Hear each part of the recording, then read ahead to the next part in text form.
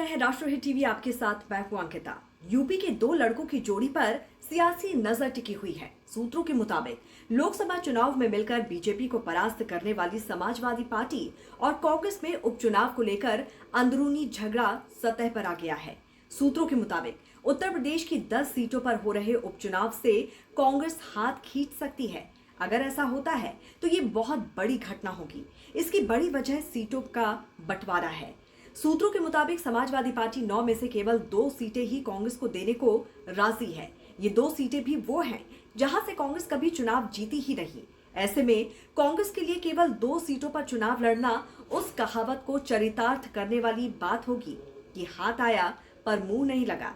अब समाजवादी पार्टी की सीटों के ऑफर से कांग्रेस किलस गई है। कांग्रेस के भीतर खाने से खबर आ रही है कि वो उपचुनाव से दूरी बना सकती है और अंदर खाने ये तय हुआ है कि अब समाजवादी पार्टी ही सभी 9 सीटों पर चुनाव लड़ ले।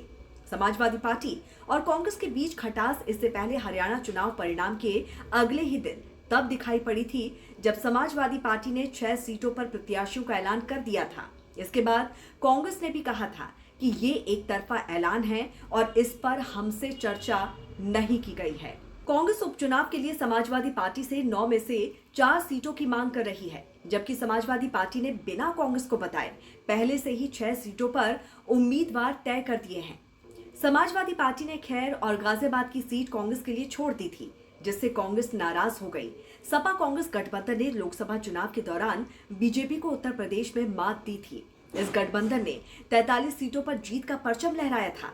सपा जहां 37 सीटें जीतकर संसद में तीसरे नंबर की पार्टी बन गई थी, तो वहीं कांग्रेस के हिस्से में 6 सीटें आई थी। लेकिन सपा कांग्रेस के गठबंधन में अब महत्वाकांक्षा कुलांचे मार रहा है। कांग्रेस ने सपा से कहा था कि जो 10 सीटें खाली हुई हैं उनमें से उसे 5 सीटें दे दी जाए, जिन पर साल 2022 के चुनाव में भारतीय जनता पार्टी ने जीत हासिल की थी। लेकिन सपा ने साफ कर दिया कि वो 6 सीटों पर खुद चुनाव लड़ेगी।